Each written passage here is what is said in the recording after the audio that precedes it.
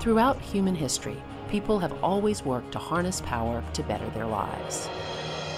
Early on, our forebears developed rudimentary machines driven by wind, animals, and water to run these devices. These machines were state-of-the-art for their time, but as with all things, new ideas began taking shape that changed the landscape of how power was developed. Eventually, new machines, fueled by gas, steam, diesel, and coal became the norm, and are, to this day, still the primary way we supply our buildings, cars, and overall lives. And the demand is not slowing down. In recent years, power usage has increased exponentially. So planners have been looking at new technologies and ideas to help bring us out of the 20th century mode of power generation and into the future. Not surprisingly, NASA personnel are part of the core wave of engineers and researchers who are looking at ways to change how we develop power. While some of their ideas will have Earth applications, the bulk of their study is finding ways to improve how power is used and developed aboard spacecraft. This work will help us move past our current methods of power generation in space, allowing new and exciting technologies to come online that could be the disruptive force we need to advance spaceflight. Coming up on this episode of NASA X, we will follow researchers from NASA's Space Technology Mission Directorate's Game-Changing Development Program as they attempt to transform the way spacecraft of the future are powered. We will see how these changes can increase speeds, be more efficient, be a fraction of the size, and potentially cost much less than conventional methods.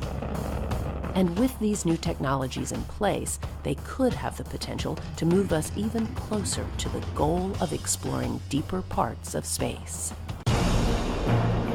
Since the beginning of spaceflight through today, there have been huge improvements in the technologies surrounding vehicles that travel in space.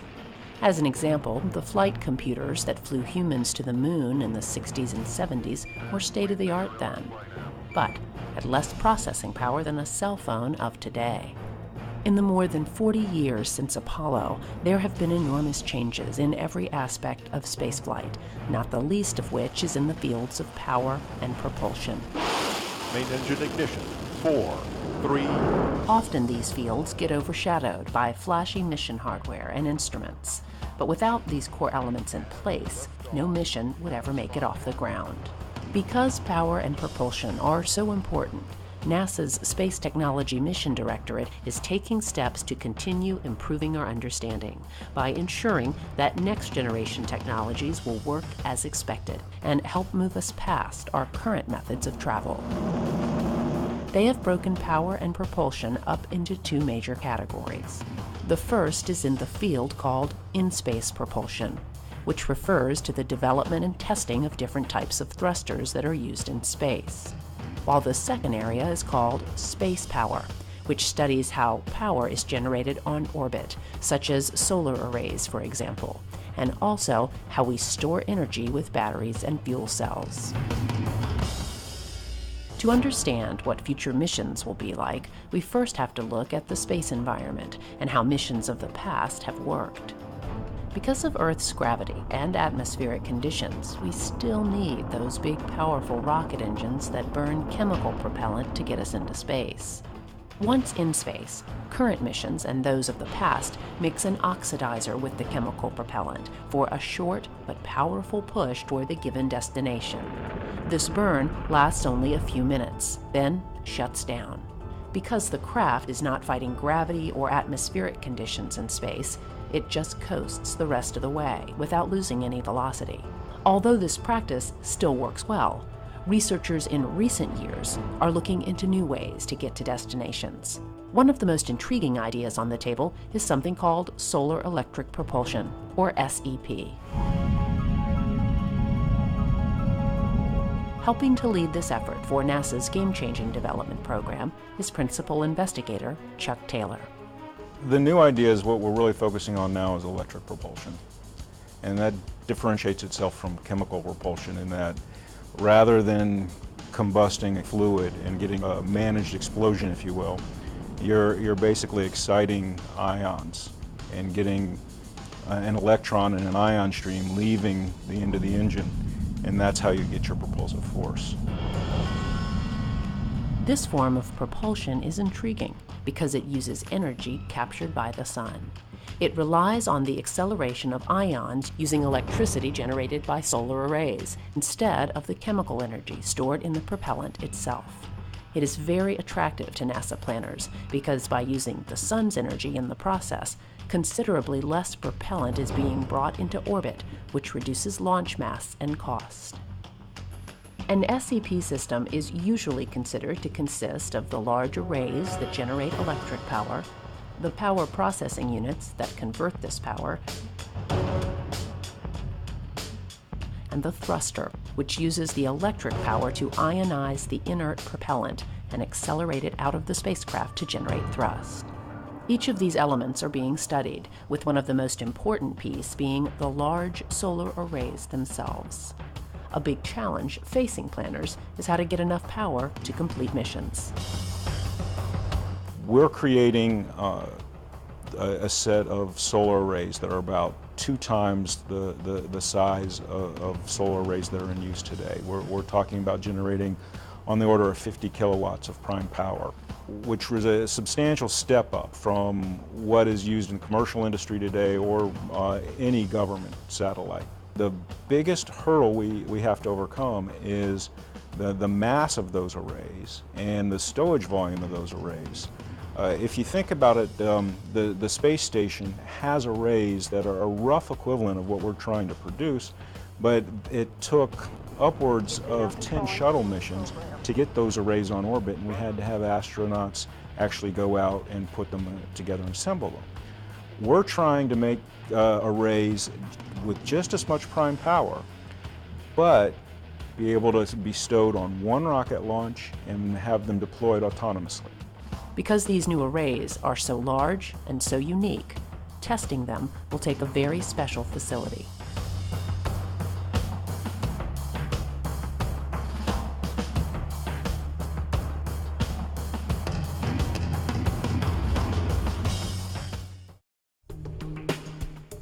Just outside of Sandusky, Ohio, is one of the most important testing chambers in the world.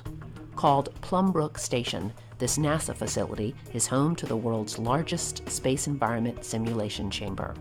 At just over 100 feet wide and 122 feet tall, it is possible for researchers to perform full-scale tests of spaceflight systems in a vacuum and temperature environment ranging from low Earth orbit to deep space and planetary surface conditions.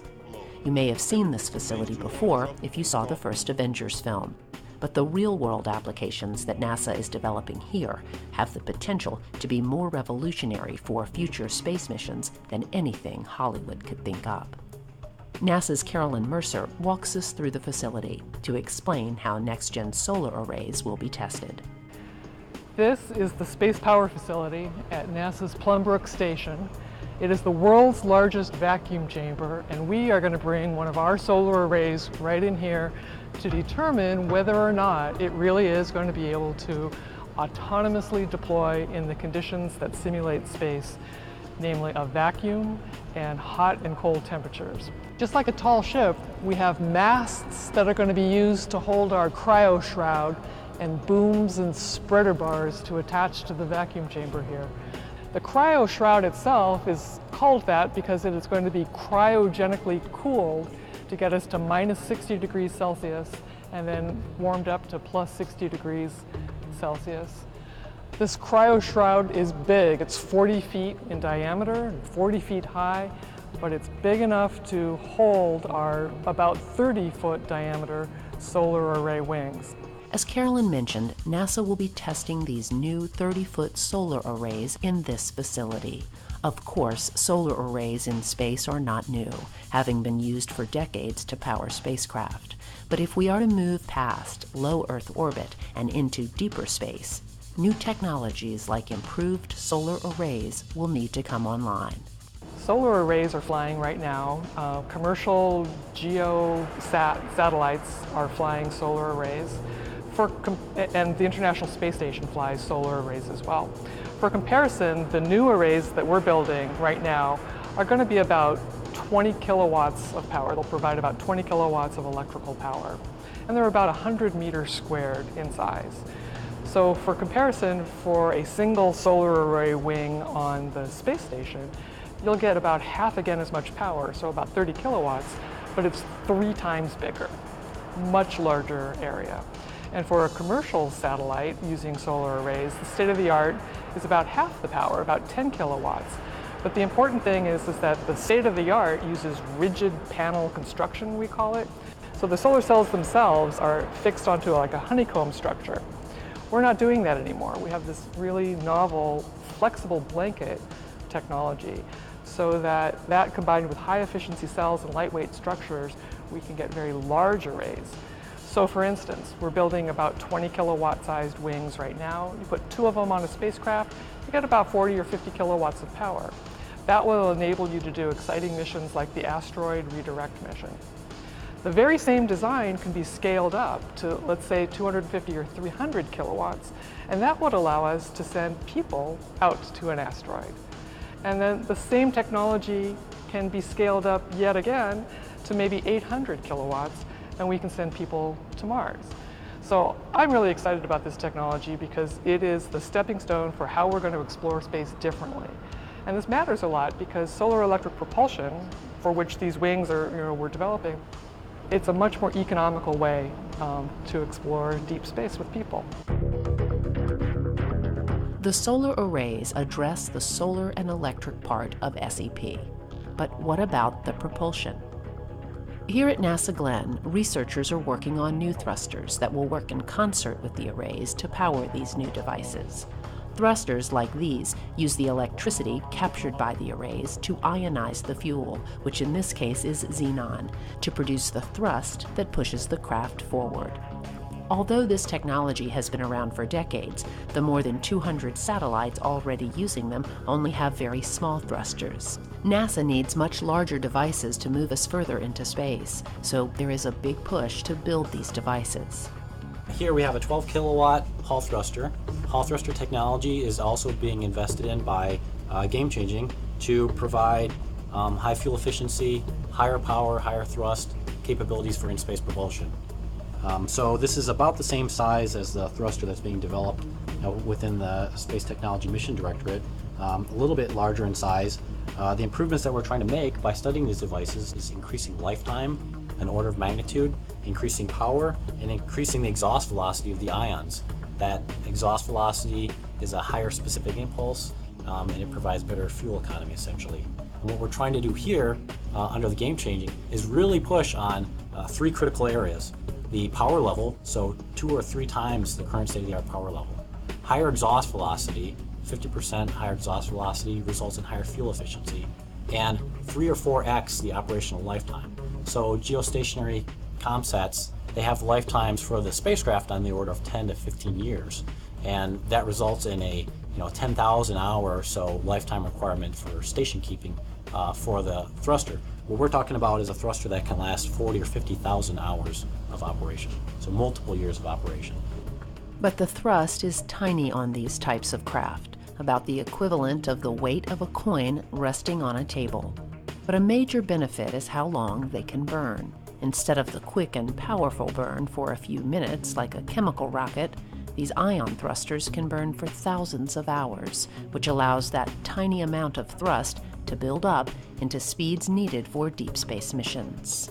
But solar electric propulsion can also be used closer to Earth as well. Researchers believe that solar electric propulsion can be used as a type of space tug that can take satellites launched at low altitudes and bring them to higher altitudes, potentially saving millions of dollars in propellant costs. Many believe that solar electric propulsion may also be a viable way to service satellites and remove dead satellites as well.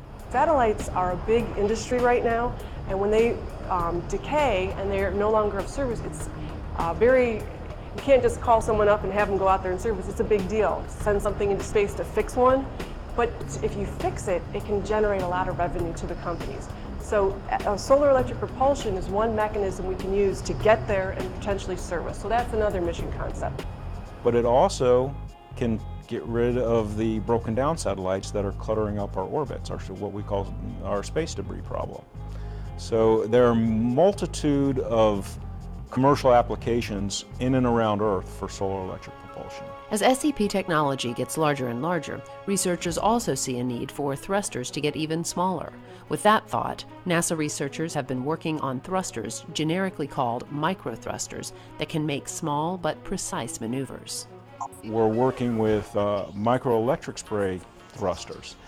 Those are basically the size of a sugar cube. And rather than working trying to push very large spacecraft, asteroids around, we're talking about trying to do a couple things. Provide main propulsion for CubeSats, the very small satellites that are now going into use for university research. Other government agencies are using them for various purposes. And to date, they've been launched without propulsion. So we're creating thrusters that actually use very little power and can be used to both provide prime power for those spacecraft, but also attitude control so that you can reposition and point the satellite the way you want to when you have a sensor looking at Earth.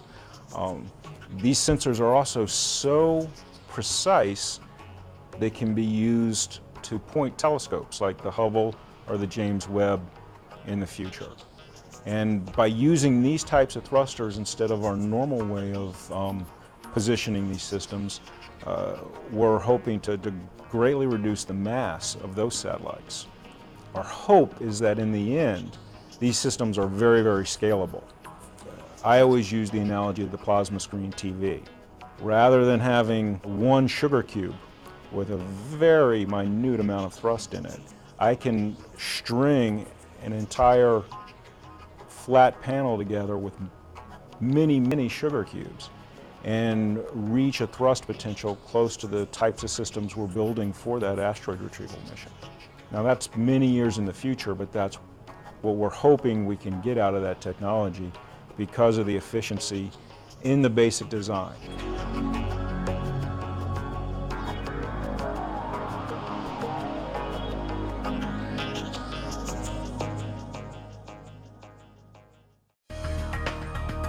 So far, we've seen really innovative designs for spacecraft, solar arrays, and thrusters. Another component that needs to be addressed for space missions is battery life and advanced fuel cell technology. Here at NASA Glenn, teams of researchers are working on next-generation batteries and fuel cells for the Advanced Space Power Systems project. The hope is that the work they are doing will revolutionize the types of batteries and fuel cells that are currently being used for space missions. What we're doing is developing advanced technologies for power systems that will enable future missions, space missions for NASA.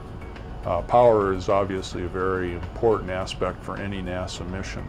So it's critically important that for deep space exploration, for instance, where we have very long-term missions, that we have very reliable systems, lightweight, low maintenance systems. So we're currently focusing on developing advanced fuel cell technology and advanced batteries. Batteries are useful for relatively low power, short duration needs, for instance, for extravehicular activity, EVA activities. And fuel cells are of value for higher power, longer duration needs, exceeding 1 kilowatt. Examples would be for rovers that may go out on extended missions, as well as surface systems that would provide power to habitats and tools that the astronauts would need in executing their mission, as well as landers to provide power after landing of the system, scavenging propellants, hydrogen and oxygen from the tanks and producing power for the surface operations.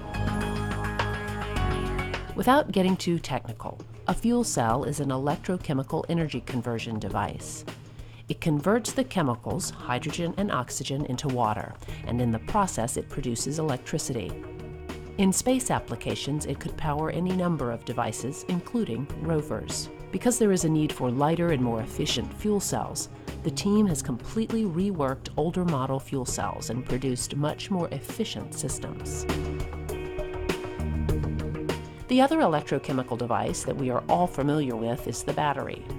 A major difference between a battery and a fuel cell is that a battery has all of its chemicals stored inside, and it converts those chemicals into electricity.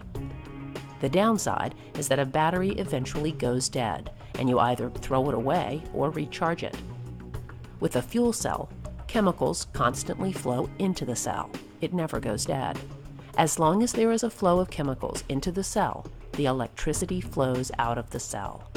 Most fuel cells in use today use hydrogen and oxygen as the chemicals. Because batteries are so important in spaceflight, especially for EVAs or spacewalks, there is a need to dramatically increase the length that the batteries will last. Much of the work in this lab will do just that. What our main goal is to make batteries better, make them lighter, make them safer, but provide more energy with them as well. So a lot of what we do here focuses on low-level research. What goes into the battery, not the battery itself, the different materials that go into them. And there are main components that go into a battery cell. There's an anode, a cathode, each of them made of a different material. There's a separator, and there's an electrolyte. So we do a little bit of work dabbling in each of those materials to improve how they function and then how they function together. This work has paid off. These new batteries will soon be going on for further tests into next-gen spacesuits for final validation. And because NASA is owned by the American public, much of the technology being developed today for spaceflight may soon be showing up in devices back here on Earth. As you can see, power and propulsion will be cornerstone elements to future NASA missions. And with each passing day, the brilliant researchers of NASA continue to increase our knowledge and understanding of our universe, moving us into the unknown of deep space, while enhancing all of our lives back here on Earth as well.